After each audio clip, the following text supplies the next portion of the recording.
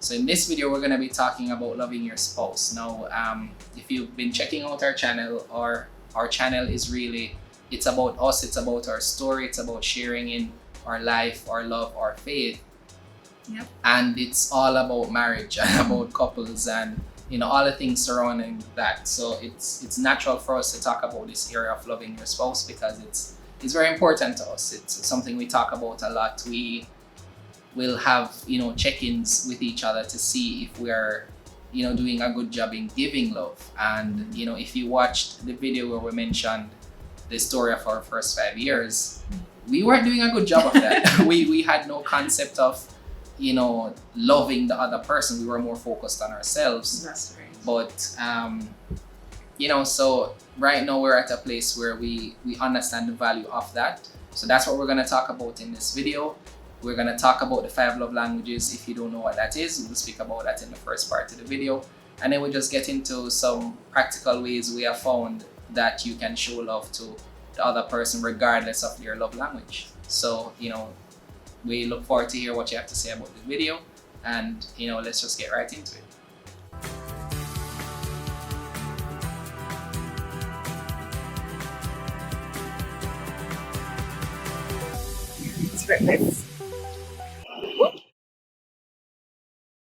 So we just want to say thank you so much to everyone who has followed us on Instagram, who has liked and commented and shared the videos that we have put out so far, who have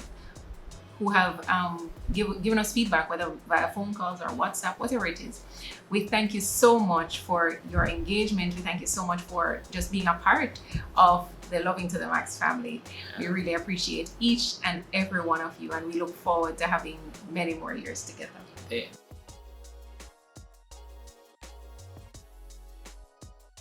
In this video, we wanted to talk about loving your spouse. And a part of that is also understanding how your spouse receives love, right? For us, we would have gone through and we use Dr. Gary Chapman's 5 love languages. So we're going to put a link to that in the description so you can check it out yourself, right? But essentially, Dr. Chapman speaks about 5 different love languages in relationships. So it varies. The 5 though, we'll share with you real quick. Words of affirmation, and that's effectively where the partner or the person likes or prefers, receives love through words of affirmation. Yeah. Right? So they need to hear encouraging words. They need to hear You need to hear things like, great job, you're doing well. Yes. You stepped up, you took charge of that situation, you're strong, Yes. things like that. Right. And then there is quality time. Quality time. Oh my gosh. Go ahead, tell them about that one. So quality time is not necessarily quantity of time, Yeah. but how you spend time together. So the person wants your attention. They want your full attention, not shared attention. They want your full attention. And it's usually best spent doing something that the person enjoys, something that they like, even if it means just sitting together and talking, whatever that person enjoys doing is what that quality time would be spent doing usually. And the quality here is in relation to what the person receives. Yes. So quality for the person giving love, they may say quality is an expensive date, when the person receiving the love may say it's more meaningful if we go to Burger King or we go to KFC, but we spend it doing a certain thing. So Right. quality isn't necessarily, And have a good conversation versus being, yeah. So just bear in mind that quality is not necessary in terms of how we normally consider quality as in expensive, but Right. quality in terms of high value. value to the person receiving Yeah. the love, right? What's the So next another one is receiving gifts, and that's pretty So, straightforward. so that one can be a little bit expensive, but I mean, you can also get creative because it doesn't say receiving specific gifts, but it just goes into that person receives love by by receiving a gift. So it could be a rose, it could be, you know, a pen. Like, Yeah. they just like receiving things as a way to acknowledge that you love them. That you are thinking about them. Yeah. And so it doesn't have to be expensive, but it's usually It just has to be consistent. consistent, right? Another one is acts of service. Acts of service is where the person receives love through you doing something for them. Being served. Yes. Yeah. They receive love through being served. So again, it matters what the person wants. So not everybody receives acts of service in the same way. So you have to know what that person receives or wants. Yeah. Because And if it is that the service, that the act of service that he would like is for you to wash his back or rub his feet. But Wash my back. yes, Oh yeah, that's actually yes, a it's thing. a thing. Yeah. Oh my It's a god, thing. that's too much information to share, right? But- Listen, I'm a guy. I'm a little bit inflexible, so I asked my wife to wash my back, and yes, that's how I receive love. Yeah. Yes. Yeah. Okay. So so it could be that that's what he wants, but I'm in the kitchen saying, you know, let me cook this great meal because I want to serve him in that way. I want to serve him in that way, but is that what he wants? He wants me to come and wash his back, you know what I mean? So Right. That's I feel like that's so inappropriate. Like, okay. All right. I mean, you guys. Okay. We don't have to put that on. No, we're putting it in. We're being. That's us. We're open. We share. Just a little weird. It is a little weird. Let's Let talk me say about my rub back. your feet. No, it's okay, man. Okay. Okay. And So- and then the fifth one. We did that. No, we did four. We did Oh, what We did which words one of did we do? affirmation. Physical touch. Right. Yes, go ahead. so physical touch is the fifth one, is the fifth love language.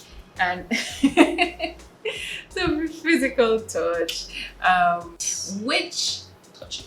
yeah, which is appropriate physical Uh, touch. yes, please. Appropriate.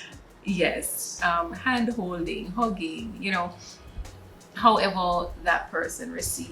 We're huggers, aren't We are such we? We're huggers. huggers. Like our church family we're the ones hugging everybody after service. Yeah. Hey, Like, I haven't we're seen a you in 2 months. but we're a whole church of huggers though. Yeah. To Yeah. be fair, we are. Yeah, so that's physical touch. And what I found interesting about physical touch, in like culturally, we'll be talking and Yes. hitting or yes. talking and touching each other, and it's something that we don't even realize that we do. We kind of do by reflex sometimes. But what I've noticed since learning about love languages is that persons with physical touch as their primary love language tend to do a lot of touching when they're talking to Yeah. you. Yeah. I found that interesting. So those are it makes it very interesting during COVID You because know? well, You know? if your love language is physical touch, social distancing doesn't help that. It's rough. Yeah. It's rough. Yeah. Yeah. So those are the 5 love languages, right? It's important to note that when you do the quiz, so there's a quiz on the website by Dr. Gary Chapman, right? 5lovelanguages.com. When you do the quiz, you'll get more information about the different love languages and how it works. But just a quick note, Yeah. we all have all 5, Yeah. right? So it's not just one. Right, Yeah. but you have a primary love language, and that's the way that predominantly you receive love. Yeah. And you have a secondary love language, which Yeah. is And- next in line. And those love languages may change over time. They may change. So, a few years ago for me, it was acts of service. Mhm. And then it changed to, actually for a period, it was quality time. And then now it's Words of affirmation. affirmation. Right. So in this video, we're talking about how to love your spouse. Now, we're talking about it in, so there are 2 things I think about when about the idea of loving your spouse. First, and foremost, I think about, 1 Corinthians, Yeah. in terms of those kind of practical things, what love means. But on the other side, I think about the love languages a lot because we relate to that. It means a lot to us. It's something that we've used as a measurement for maybe the last 7 or 8 years. Yeah. and Wow, we find yeah. that it actually helps to kind of guide us in meaningful ways apart from, so maybe where if we use the First Corinthians approach, I'm patient, I'm kind, I'm loving, but am I doing physical touch? Am I serving? Am I affirming? So we use them together. It's not either or. Correct. So they go, hand in hand. Right.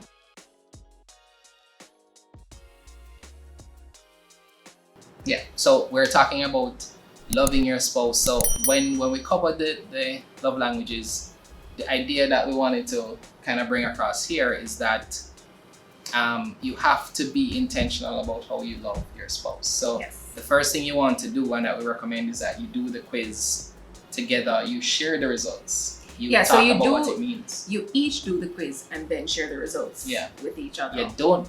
Do you say do it together? You said do it. So what? So you each do the quiz and then share the results Oh, with okay. each I other. said, what? Okay, yes. You do. Okay.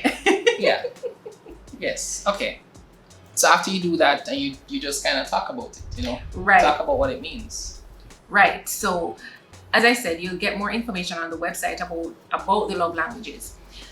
There's also an app. There's also an Yes, app called yes. Love Nudge that helps you to it helps you with practical ways to show love in each of the categories of love languages, right? So you can actually schedule it on your phone That's a through good the way app, to remind you to do. and it gives you a little nudge. So say I scheduled a weekly massage or a weekly foot massage for my husband. I haven't gotten that massage. I said, let's say, for example. Also, so we're talking about hypothetical. Yes. That doesn't help me. I schedule that for him. Every week I'll get a notification from the app to say foot massage for Jermaine. You want us to enter that in So- app right now? Yeah, let's do that. So the app is there and it is helpful in a practical way to remind you to do these things. And why do we need a reminder? Not because we don't love our spouse, but because we need to be trained in how to love them in the way that they receive it. Yeah. Facts now. Let's talk about our personal experience. When we got married, we had our own expectations. We had our own Of what precepts. love meant. Yeah. right So, of so what there was, love meant and how Yeah. to show love. Yeah. So that was very interesting because thinking back to before we thought about love languages or anything like that, for us, love was very kind of all over the place. Like it was give me everything I want when I want it.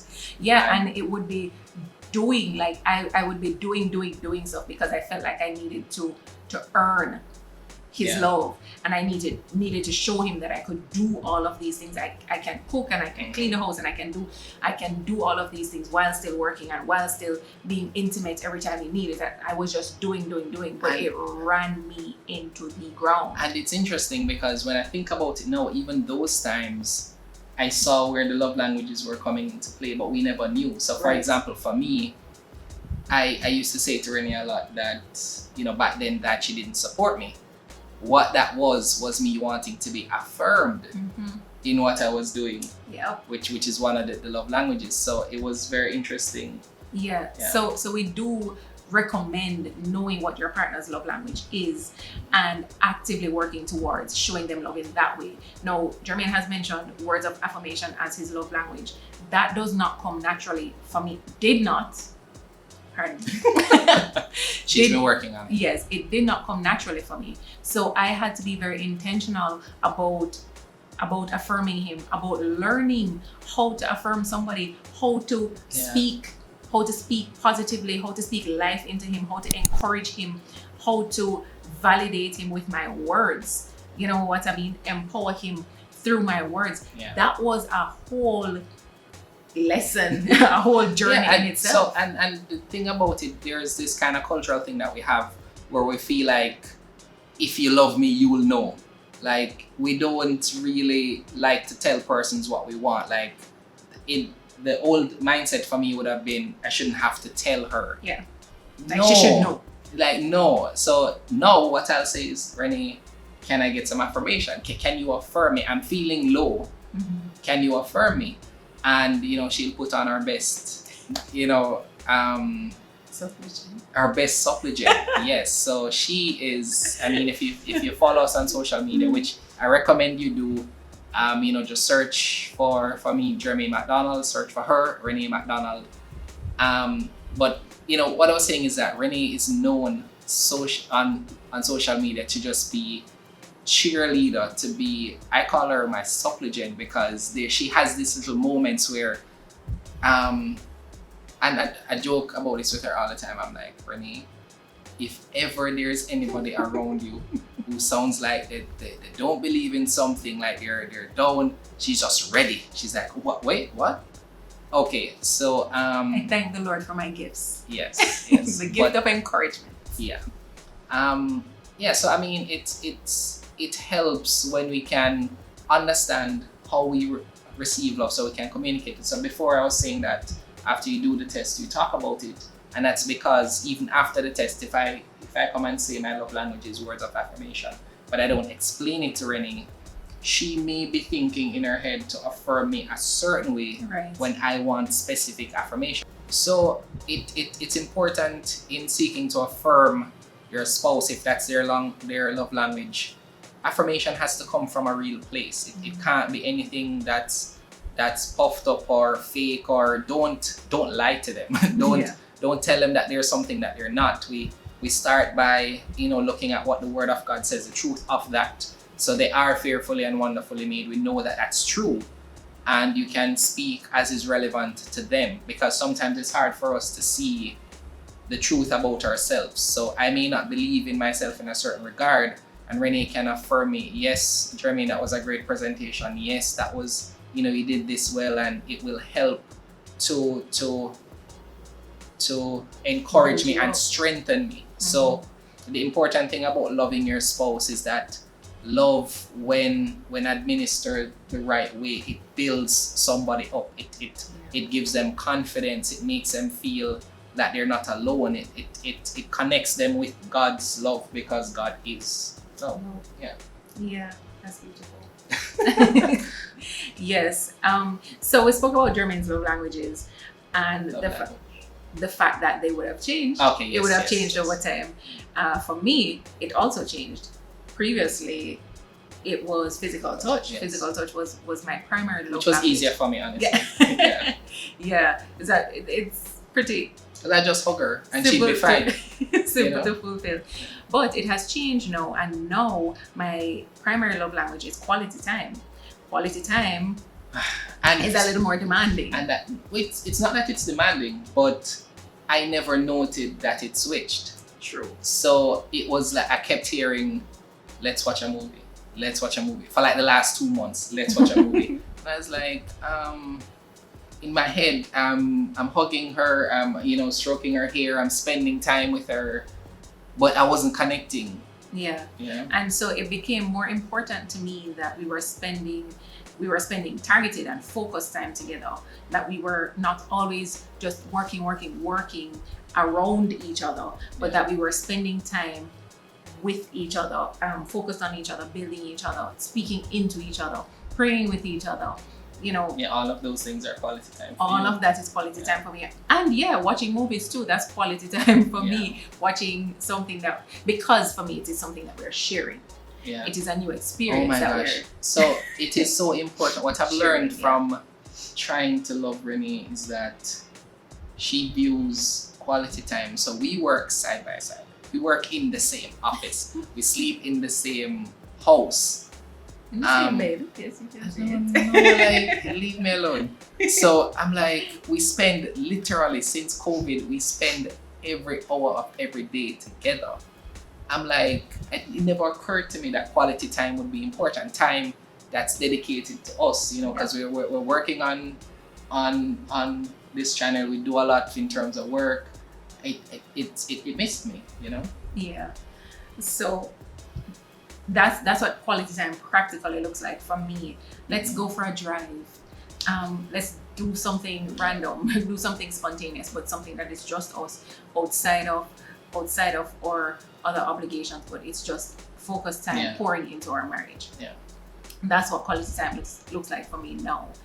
And I think we just wanted to bring that to the fore. Those are our primary love languages: words of affirmation and quality time now. But for the other three, receiving gifts, physical touch, and so we can share from the perspective of one. I think we've been through the others. We've experienced all of them. yeah. So what we can probably do here is, so if your love language is, for example, receiving gifts, then so we're talking about loving your spouse. So we're talking about it from the perspective of the other person is the one who has the love language. So if your spouse has a love language of receiving gifts, focus on meaningful gifts and not expensive gifts, because the mindset may be you have a love language of receiving gifts. I can't afford to keep escalating in the gifts that I'm giving, so I withhold that love or that expression of love, and then the other person is not receiving love. So you may think, okay, I can't get you this gift, let me spend some time with you, but that's not their love language. So it would be better for them if you commit to something meaningful, and meaningful is not expensive, trust me, because Renee has gotten me some birthday gifts where she just spent time, doing some. I got a bingo card for a birthday gift once, and that was special for me. So because at the time, so this is what I try to incorporate in gifts for him. His love language at the time. That one with the bingo card, at that time his love language was still acts of service. Yeah. So I filled out that bingo card with acts of service that I know are valuable, meaningful to him. And I got the chance to choose what I wanted when. Yeah, and then when he made a bingo, then there was a special thing happening after that. We need to find that card. It's there. Okay. Yeah. And then what you're seeing behind us was his gift for another birthday when his love language, his primary love language, had then changed to words of affirmation. So that board. That was last year, January. Yeah. So that board was about affirming him. And there's no lie on the board. Nothing there is a lie. There are things that I feel personally I haven't fully achieved or that I'm working toward, but that's at least how Renee sees me. It is. And what he said to me about this board is that, he doesn't feel it. He doesn't believe everything on it. But when he looks at it, it reminds him of how I see him. It reminds him of my perspective, and it does affirm him by just reading that board, knowing that it was coming from me. So that's a tangible gift that you can. That's a meaningful gift. Yeah. And so there are ways of incorporating the person's, your spouse's love language in the different things that you do to make it meaningful, to help show them love. Because at the end of the day, it's not about how you perceive or receive love. It's about how they perceive and receive love. It's all about the other person. Yeah. So the next one we can speak about is physical touch. Let's speak about that a little bit. So with physical touch, we use the word appropriate before when we were describing it, because that's important, right? So there's a sort of mindset that physical touch means sexual touch. That's not true. It is just, as Renee was saying before, holding hands or, the constant touching, just being close, for somebody who has a love language for physical touch. And it's important now, word of advice, if you are not married, if you are just dating, if you're in courtship, that love language needs to be managed appropriately, because we don't recommend that if you're trying to remain pure for the Lord and you have a love language of physical touch, you have to set clear boundaries, because if you are receiving love in that way and it's given to you, it may cause you to want to possibly cross that line. So just that word of advice there. Yeah. And it's something that it's meant to be just a reminder. Yes. An expression. So when physical touch was a primary for me, and it's not far from primary right now, it's like a close second. It's right there. But what that means is that when we're sitting together, I may reach for his hand. Always. I may reach for his We're hand. driving and she's Yeah. holding my hand. I'm like, I'm driving. Yeah. And he will sometimes say, babe, we're in the supermarket, you don't need to be holding Who my hand. holds hands in the supermarket? Like, so in some random places, I'm like literally, if we are, you know, we're supposed to be walking, or like, I don't, everywhere we go, everything that we do, Yeah. she wants us to hold hands. Yeah, he may not always understand it, but he So he obliges me because Yes. he understands that it is a part of showing me love. Yes. Well, Yes. we miss one. So acts of service. We'll spoke about acts of service. But yes, so let's kind of still, share a little bit more about it. So for acts of service, having been someone who has that love language personally, it is something that so Renee would have shared a perception of what the love language is, because she went out of her way to try and do all these things for me. And even that too, again, same thing we've said before, it's about meaningful service. Yeah. So for me, there were specific things that I had in my head that I was expecting her to do to serve me, to show me she loves me. And I wasn't doing a good job then of communicating it. So she would be doing all these things and I would feel not as loved as I think I should have been. And it took us a while to kind of figure out that, hey, let's help each other. Help your spouse to love you. And it's funny because he felt like I wasn't loving on him in the right way or enough, and I felt so unappreciated because for all the things that you were doing, yes, it felt like I wasn't acknowledging what you were doing. Exactly. Yeah. And it was just a matter of communication, and as Jermaine said, helping your spouse to love you in the way that you receive love, and that requires communication. Yeah. That requires conversation, honest conversation between each other, honest conversation with yourself as well, to say, okay, this is how I receive love. This is what love looks like to me. And it's different for everybody. It's not that any one is better than the other. It's not about a comparison or a judgment to say it should be any particular one of the love languages. Yeah. But because they change. Yeah. Right, they do change, and your experiences may determine how you perceive and receive love. So it's okay. Whatever your primary is, it's okay. Yeah. And it's just a matter of sharing that with your spouse, and both of you being intentional about learning how to love each other in that way. So I look at it this way. If you think about I think it's Maslow's hierarchy of needs. Mm-hmm.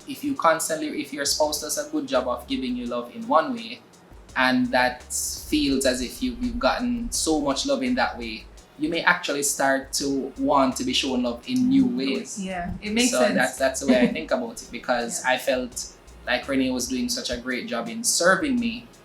And as I started to grow in other areas, I was like, in this area, I'm not feeling loved. And so it starts with you. If you find yourself thinking about receiving love in that way, I think you're right at that point where you're about to switch to that love language. Yeah. So with that intentional drive to learn how to love each other better, it will take some work. It may not be easy. It will not happen overnight, especially if it is not your norm. Yeah. And for us, we've never had the same primary love language. Never. And so it would be lovely, but no.